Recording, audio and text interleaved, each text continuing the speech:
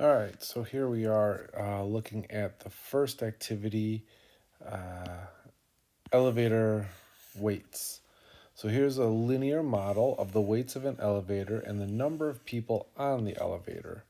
And if I look at this graph, I see on the x-axis, the horizontal axis, this is the number of people on the elevator. And if I look on the y-axis or the vertical axis, this is the weight of the elevator. So it tells us find the following values and explain your reasoning. So we want to find the weight of the elevator when 6 people are on it. So I don't know the weight yet, but I do know that there are 6 people on it. So what I'm going to do is I'm going to start at 6 people and I'm going to draw a line up right here. And that looks like where it meets the line. If I draw over this way and I connect that, it looks like it's about 1,500 kilograms. So the weight when the weight of the elevator when 6 people are on it is 1,500 kilograms. And I know that because as I look up again, as I look up from 6 people and I go across this way, I see that I'm at 1,500 people or 1,500 kilograms. The next question asks, what is the number of people on the elevator when it weighs 1,400 kilograms? Well, let's see. So first I have to figure out what is the scale here. If this is 1,000 and this is 1,500, I need to know what each of these individual spaces are right here. Well, it looks like each space is going to be 100 kilograms. So if this is 1,000, 1,100, 1,200, 1,300, 1,400. Okay, so let's draw a line from there. 1,400 goes to right there. And then we want to know the number of people on that. So I'm going to go down now, and that looks to be like there's going to be 4 people on the elevator when we have the weight of 1,400. So 4 people. Next, the weight of the elevator when there are no people on it. The weight of the elevator when there are no people on it. Okay, well, if this is the number of people, again, if I look at the scale here, here's 4, here's 2, so 1 in between, it looks like that's going to be 3. So 2, 1. So here is 0 people. So when 0 people are on it, I'm just going to go straight up from here, straight up to see where that lands. And that lands right here. So again, we said that this goes by 100. So if that's 1,000, 1,100, 1,200. So the weight of people when there are no, or the weight of the elevator when there are no people on it is 1,200 kilograms. And finally, the increase in an elevator weight for each additional person according to the model. Okay, well, so if I want to know how much the weight goes up as the people increase, I need to know how much does it go up as I go to the next person. So I can just go from one spot that I know to another spot to I know that I know. So I can do this a couple different ways. Let's see. First off, the blue is 4 people for 1,400 kilos, and the purple is for 6 people and 1,500 kilograms.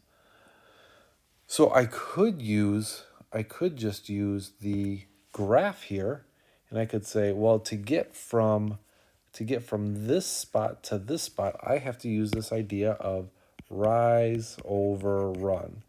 That's the idea of what our slope is. So if I rise, that means I'm going up and down this way. This is your rise. And this is rising in a positive direction. This is rising in a negative direction. My run is going back and forth. So here's my run. This is running in a positive direction. This is running in a negative direction. So if I'm going from this point here, the blue point to the purple point, I'm going to rise 1. So, well, not 1, I'm actually rising 100 kilograms in the positive direction. And then I'm going this way 2 spaces, 1, 2. So I'm going to run 1, 2 people. So 2 people. So now the question is the increase of weight for each additional person. So for every 2 people I go up 100 kilograms. So this is saying for each additional person. So this is wanting to know what is it when there's only 1 person. So I just need to simplify this fraction, and I can divide both of them by 2, and I get 50 kilograms per person. So the increase in elevator weight per additional person is for one person,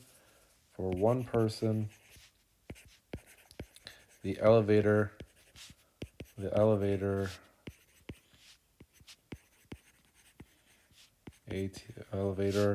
increases by 100, or no, not 100, by 50 kilograms.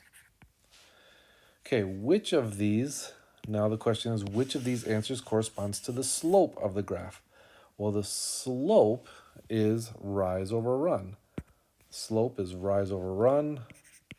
Slope equals rise over run, which also equals our gradient. And it also equals our change, or delta y. We say that's our change in y over our change in x. All these different things are different ways that we can call the slope. So which one talks about the slope in the graph? That would be option or letter D. Letter D. Which of the answers corresponds to the line in the graph, or the y-intercept of the line in the graph? Well, the y-intercept is where it crosses the y-axis, and we already saw that happens right here at the point 0, 200, or 0, 1,200. 0, 1,200. And that is letter C. And now we want to write an equation that represents the number of people. So the equation for the number of people, if we use our slope-intercept form,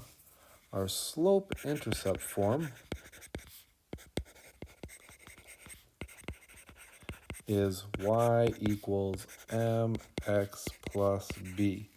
And in this case, the m is the same thing as our slope, or our rise over our run, or our gradient, or our change in y or change in x. And our y-intercept is our b, which is right here, or letter C, or 0 to 1,200, because we're not going anywhere on our x and y. So we can write our equation to be 50 over, well, here, let's do this. Let's do this just to keep it consistent. 50 over 1x plus our b, 1,200.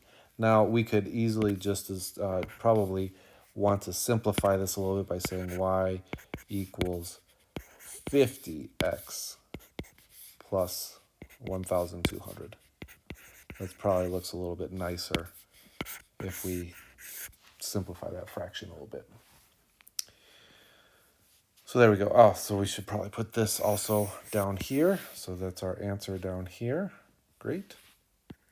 And then lastly, another equation is modeled y equals 70x plus 100. What are some things that you can say about this new model? Well, if I'm looking at this, if I'm comparing the slopes, it looks like this one's going to go up at a faster rate than that one. So maybe the people are heavier, or the elevator is heavier, because as this goes up, this is going to go up by 70 kilograms for every 1 person, whereas our current one goes up 50 kilograms for every one person. And some other things, this starts at 100 kilos. So it's going to start all the way down here. And it's going to go up by 70 for every one. So it's going to go up 70 kilos for every one person. So it's going to be much steeper. So those are some things that you can use to compare these. You can compare the slopes, you can compare the y-intercepts, you can talk about the steepness of this, the starting point of this.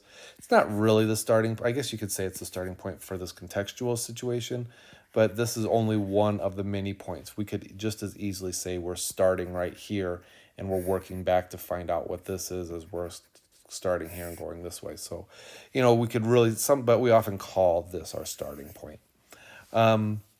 So there you go. That's how we answer this first activity. Thanks for listening.